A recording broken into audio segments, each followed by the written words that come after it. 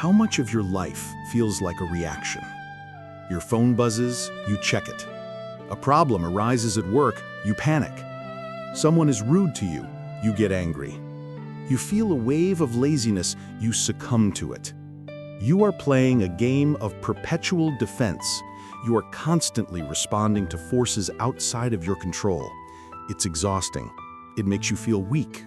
And it's a guaranteed path to losing the larger war for your time, your focus, and your peace of mind. But what if you could flip the script? What if you could stop being the chessboard and start being the player? There is a single principle from Sun Tzu's Art of War that holds this power. It's not about being stronger or working harder. It's about something far more profound, controlling the very nature of the battle itself.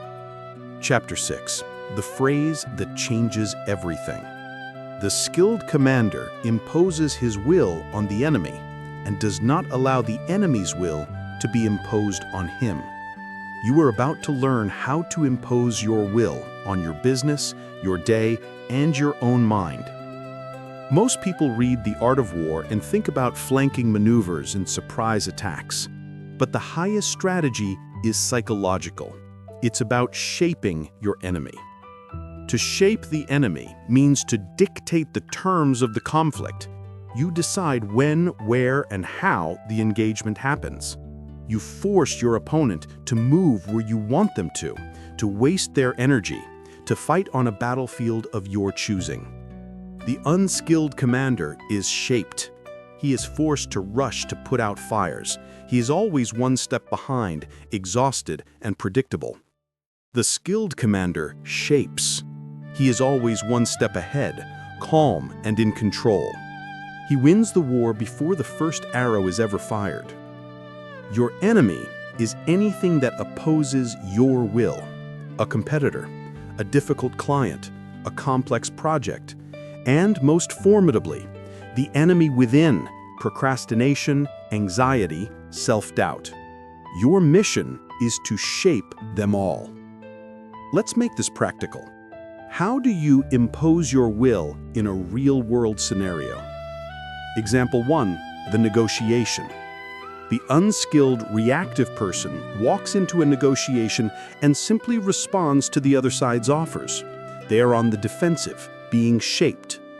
The strategist imposes his will. He sets the frame before anyone even sits down. He controls the agenda. He asks the first and most probing questions. He defines what value means in this deal. He doesn't just react to their price. He reframes the entire conversation around the unique value he brings. The enemy is now reacting to him. Example 2, the career. The reactive person waits for a job opening to appear, then sends out 100 resumes into a void. He's at the mercy of the market. The strategist imposes his will. He doesn't look for jobs. He makes himself the obvious solution. He builds a public portfolio. He networks with intent, not to ask for a job, but to share insights and provide value. He shapes his professional terrain so that opportunities come to him. He becomes the one who is pursued.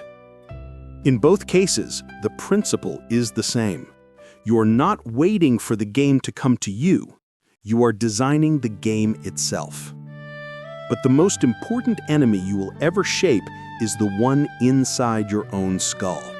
This is the ultimate test of a commander. Your procrastination, your laziness, your fear, these are not just feelings. They are active adversaries. They have a will. And if you are reactive, their will is imposed on you every single day. You feel lazy, so you don't work out. The enemy has shaped you. You feel fear, so you don't make the call. The enemy has shaped you. So, how do you impose your will on an internal enemy? You don't fight it head-on. You outmaneuver it. You shape its terrain. Your enemy is procrastination. It tries to impose its will by making a task feel overwhelming. Your countermove is to impose your will through a system. You break the task into a comically small first step, Just write one sentence. Just do 5 push-ups. You are not fighting the feeling of procrastination. You are shaping the battlefield so the feeling is irrelevant. You are executing a predetermined method. Your enemy is distraction.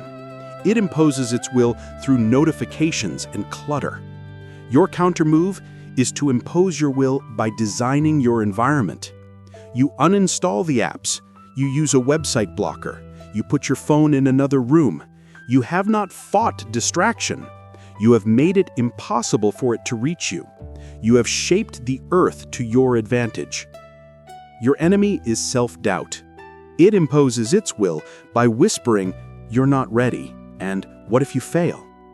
Your counter-move is to impose your will through prepared action. You don't wait to feel confident. You take the action first, and confidence follows. You review your past successes. Know yourself. You prepare so thoroughly that doubt has no logical ground to stand on. You act, and in acting, you shape your own emotional state. This is not a philosophy to admire. It is a muscle to be trained. Here is your drill manual. Step 1. Identify the imposition. For one day, be a spy in your own life. Every time you feel stress, frustration, or resistance, ask, whose will is being imposed here? Is a person, an app, or an internal feeling dictating my actions? Just notice it. Step 2. Seize the initiative. Choose one small battle tomorrow where you will impose your will. In a conversation, be the one who asks the defining question. With your health, be the one who decides to drink a glass of water before coffee, establishing control from the first moment. With your work, be the one who blocks out the first 90 minutes of your day for your most important task before the world can make its demands on you. Step 3. Control the how. When a problem arises, don't just react to the problem. Immediately ask, how can I redefine this? How can I move this to my terrain? If a client is angry, don't just absorb the anger. Shape the conversation by saying, I understand your frustration and I am committed to resolving this. Let's schedule a call for 3 p.m. today when I can give you my full attention. You have just moved the conflict from an emotional outburst to a structured problem-solving session, your terrain. The goal is not to control every single event. That is impossible.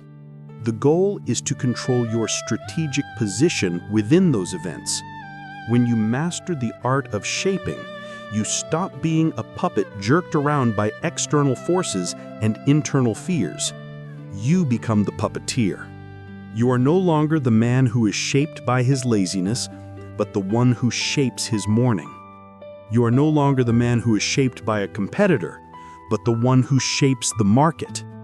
You are no longer the man who is shaped by his doubts, but the one who shapes his reality through action. This is the path to true power. Not the power to dominate others, but the power to command yourself and your circumstances. The battle is constant, but from today, you're no longer a reactionary soldier. You are a strategist. You have the principle. Now go and impose your will.